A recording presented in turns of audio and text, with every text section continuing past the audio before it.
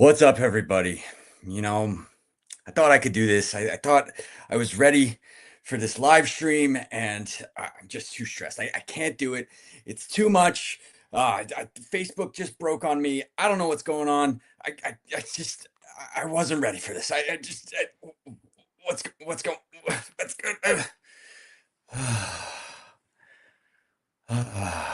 much better. Okay. All right. Hello, Senergy family. All right. That's much better.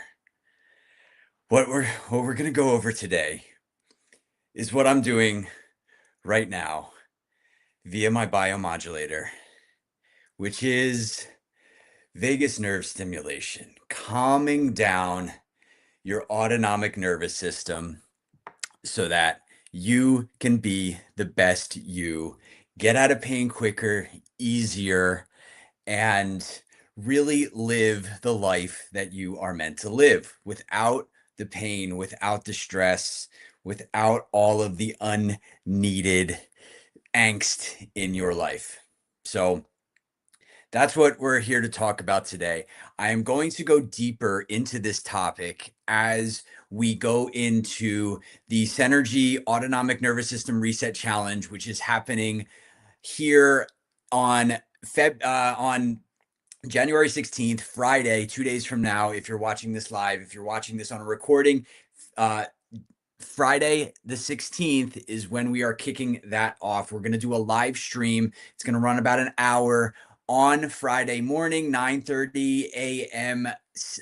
On the East Coast, 8:30 Central. We will be bringing you more information about the autonomic nervous system, getting deeper into the science and how to make the most out of this challenge each and every day that you're doing it. So stay tuned for that. I'm going to be bringing on the Mr. Scott Tennant, the CEO, the founder of Senergy, to come to you with his thoughts on what has been most effective over the past 20 years or so that they have been doing this type of therapy to support your body through the pain and get you out of pain and into the greatest health of your life that much quicker. So for today, we're going to go into the science. I'm going to touch on a lot of these topics that I'm going to go deeper into on Friday, but we're going to talk about the autonomic nervous system, the background of what it is, how it works, and why it's pivotal to your overall wellness. And then we're going to get into the different ways to modulate that. What are the best tools for supporting your ANS?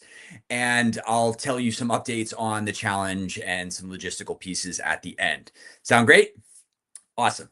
So what is your autonomic nervous system? Well, auto should give you a clue, right? It is what controls all of the automatic processes in your body, the things you don't have to think about, which are far more numerous than the things you do.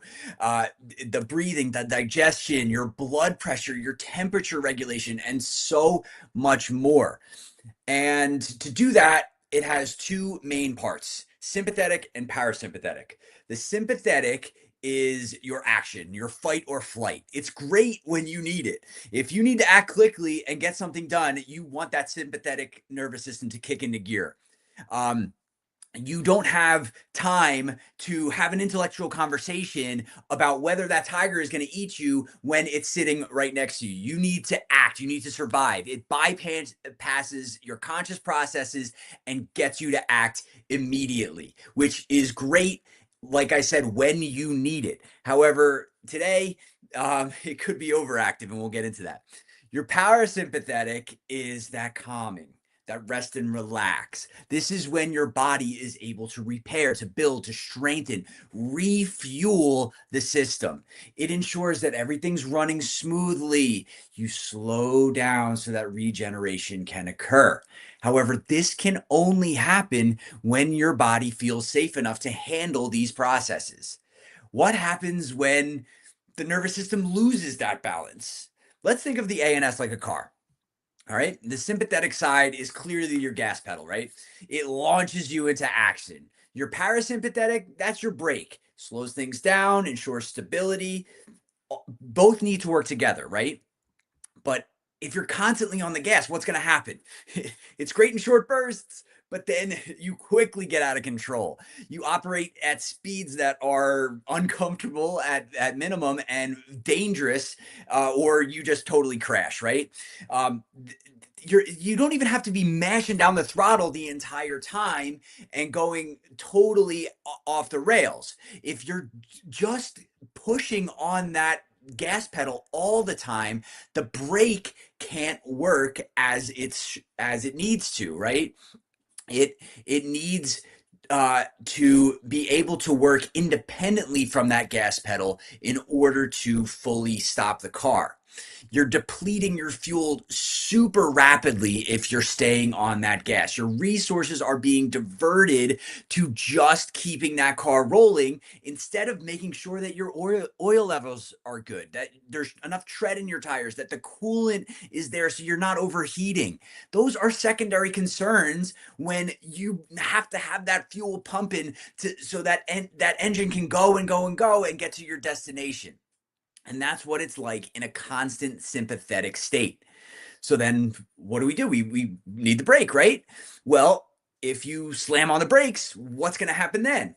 Well, you get stuck. There's no motion at all. You're just standing still. What good is a car if it won't go anywhere? So it's not just about applying that brake and getting into parasympathetic. It's a mix of both. You need both to properly operate and get to your destination safely over and over again. So, like I said, independent use of sympathetic, parasympathetic can be great. But when that sympathetic you're still pushing on that gas pedal, you might not even realize it. And you're like, why does that brake feel soft? Why, how come it's taking me so long to slow down? How come I can't come to a complete stop where I can check my fuel levels, where I can check to make sure that all of the systems are operating properly? What happens then? Um, you can't fully reset if your foot is still partially on that gas pedal. Does that make sense? I hope it does. All right, so let's see. So that is where your vagus nerve comes in. Now, the vagus nerve is what controls that parasympathetic response in your body. It is what is sending the signal to your brain that everything going on down here is okay, that it can relax, that it can go through the processes of restoration, of boosting that energy, that cellular voltage back up and starting that healing process. It's a mostly afferent process. That means it's mostly sending signals upward towards your brain based on what's going on in your body. And in order to do that, it needs signals from all of the systems. And unfortunately, in today's society, those signals can get hijacked much of the time. And you're getting that from external EMFs, from the news, from social media, from all kinds of things that are bing, bing, bing, bing, constantly disrupting that signal. You're also getting it internally. If you're in pain, if you're tired, if you're eating a bunch of junk and you have to process all that digestion slows things down, and your brain is constantly saying, whoa, whoa, whoa, I need to be ready. There's stress, there's threats all over the place. I cannot relax. I can't get into a calm parasympathetic state where I can support myself. And so it's constantly in that stress mode, and that builds and builds and builds until you get to that disease. And then you're forced to step on that brake because you crash. You wrap your car around a tree and there's nowhere else to go. You have to now reevaluate and hopefully recharge, refuel, repair however you can, but it's such a foreign process because of that constant stress state that it is very difficult to fully calm down and make it better, right? Luckily, we can do something about that. And the best part is you don't have to spend a dime to get started. This is not something that is wholly reliant on an external factor like the biomodulator, although this is amazing. And I'll show you how this works to help your autonomic nervous system in a second here. But you can start for free right now. The best way to do that, to calm the system down in any moment, is by breathing. Let's do it with me right now. Close your eyes and take a deep breath in. Hold it right there at the top just for a moment. And exhale, nice and slow. One more time. Deep breath in. Hold it. Now exhale and enjoy it. Last time, deep breath. And exhale. How does that feel? If you're like most people and you actually did those deep breaths, you start to feel that shift immediately. Your fight or flight gets down regulated because you're signaling your body to relax. That is how easy it can be. Now, when you're sitting here with me, that might be fairly simple to do. You're not in any immediate stress, at least not more than usual. So you close your eyes, you take a deep breath. But like my mentor always said, the hardest thing about positive thinking is that you have to think about it. So when you are in a stressful situation and it is looking like you're about to explode or you don't know what to do, it's very hard to tell yourself, hey, look, just close your eyes and take a deep breath and everything will be okay. That's one thing. But when you're in the heat of the moment, it's very, very difficult to do. And breath work itself can take a long time to get right, to study it, to get it to where it actually moves the needle in a significant way in your body. So instead, that's where the tenant biomodulator comes in. There's several vagus nerve stimulation tools that are designed to reset that autonomic nervous system in some capacity. They're designed to indicate safety to your brain. That external stimulus preempts the body's stress cues and allows your brain to shift more readily into that parasympathetic rest and relax state. At least that's the theory. And there's many studies on the general effectiveness of such an approach, with the efficacy varying, of course, dependent on the mechanism of action of the actual device being used. Some they're simple vibration based devices. They buzz in different patterns to calm things down. They tend to take a little bit longer to feel the results because they're just surface level. There's no electrical connection. And I've used them before, and honestly, I really enjoyed them for the first couple times. But that's kind of where it petered out. It's like a traditional TENS unit where their efficacy it wanes quickly because it's just one vibration. I have to max out the power level to notice anything at all, and I still don't get the desired result in my nervous system after just a few uses. So I stopped using those, and I moved on. So then I tried electrical stimulation devices. These the cheaper models, they tend to do the same thing.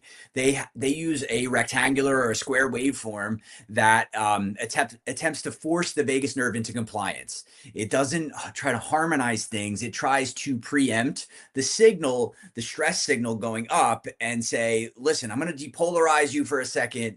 I'm going to overwhelm that signal. It's a much stronger signal. So the brain is going to be getting the signal that I want it to get, which temporarily, of course, it can work. It can preempt that weaker signal going up and tell the brain, hey, look, something new is here. You can relax because I'm sending you a new signal.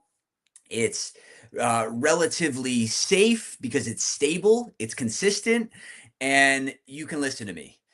But, that peters out again because your body can't integrate it. There's no way that it is going to use that signal other than that temporary boost when it is on your skin. So that doesn't work long term. And it doesn't help to increase the vagal tone over time, which I'll touch on as well. I'm going to get more into that on Friday. And even the more expensive devices, they can actually be counterproductive at times if you use them improperly. They tend to be a good signal, but they typically aren't adaptive like the biomodulator is. And I'll show you why that's important in just a moment here. But as you're doing the therapy, if you go overboard with a signal that is not adapting to your nervous system, to your signals that it is getting, if it's not a two-way conversation, it's just going to keep putting that signal in there. So you don't know when it's had enough. You don't know that that signal that was great at minute 1, now it's at minute 5, and it's starting to get a little stressful in there. The body is like, I don't know about this. This is a little too much. It's a little too strong, or it's overwhelming because I'm not used to this, and this is taking too long. So then it starts to kick back and shift back into the sympathetic when your goal was that parasympathetic calming. So you have to be very careful with those types of tools that aren't adaptive, because you could overdo it and then it has the opposite effect that you were hoping for. The tendon biomodulator, in my experience, is the perfect blend of technology to support your ANS while avoiding the pitfalls of those other types of therapy. So first, as many of you know, the biomodulator uses a very specific type of microcurrent for this therapy. It's called a biphasic sine wave. This is nearly identical to the signals in your cells that they use to talk to each other. So it's a language that they understand. So rather than forcing compliance with a foreign, harsh square wave that it can't integrate, the biomodulator works with your nervous system to entrain it into harmony. The nature of the biphasic wave keeps everything balanced and signals safety to your nervous system. If that was all, it would be a tremendous upgrade from most consumer grade devices. However, it also is bioadaptive throughout the process, ensuring your body is getting only what it needs while performing the therapy. It uses what's known as a cybernetic loop to listen to your body and adapt in real time to your cells to give it the best signal for health. This means that while others keep that static signal, the biomodulator is adjusting throughout the therapy so that, again, at minute 5, it is just as effective as it was at minute 1 because it's listening to what you need. The power level stays comfortable, the adaptation reduces the risk of overdoing it, and you can just relax and enjoy the gentle current. Third, the biomodulator has a professional grade frequency band. It goes from half a hertz to 2,500 hertz. And that is incredible. It's unheard of in this world of these types of devices. At least I am unaware of any others that fit that parameter. That entire range, while it's not necessarily going to be useful for the vagus nerve stimulation, it gives you the ability for greater variety in your therapy. Most stimulators stick to a very narrow, if not singular, frequency band, typically in the 20 to 30 hertz range. And again, this can shift for the moment, and but it tends to fade in effectiveness. It's a one-trick pony. It's only doing one thing. So being a foodie, I love to try different restaurants. And one of my favorite quotes is from the chef of Le Bernardin in Manhattan. Paraphrasing, he said something along the lines of, he always strives for consistency in experience, but variety in taste. The biomodulator allows for this sentiment to be applied to the VNS by giving your brain a consistently wonderful, calming experience while letting you taste different frequency sets so that it feels great each time, and it's a little bit different, and you're not getting stuck in that one frequency. So you're allowed to support the nervous system in a way that doesn't rely just on the biomodulator. It allows it to eventually support itself. It's like physical therapy. Each time you stretch, your body is capable of greater ability the next time. So over time, you don't need the therapy as much, or you're not reliant on the therapist to do the work for you. You can do it yourself. By varying that signal, it tells the brain it's not reliant on just that one thing to feel good. It can come in many forms, and soon it gets better at being in a parasympathetic state more readily without the intervention, which is fantastic. And we'll talk about that on Friday. Again, the supporting of the vagal tone over time, that will really, really help in your overall pain relief, and the relief of just general malaise, and supporting your overall health. So, yeah, so the bottom line is the tenant biomodulator is your friend when it comes to vagus nerve support, when it comes to autonomic nervous system resets. And that is why we are doing this challenge. We always start with the vagus nerve, with the autonomic nervous system, because that allows us to calm the entire system down, so that we're not just going right after that one pain point while everything is tight and tense throughout the system. We're calming the system down so that your pain threshold gets better, so that your muscles aren't fighting against the current on that location, so that everything is working in harmony to get you out of that pain faster than ever, and support your overall health, not just go after one spot. Does that make sense? And so just by doing the autonomic nervous system reset, you are supporting your pain tolerance by not constantly looking out for threats. You're telling your body that it's safe, that you don't have to stay tense, that you are okay to go about your business. And what that does is it supports your energy, it supports the cellular regeneration, and that supports your overall pain levels.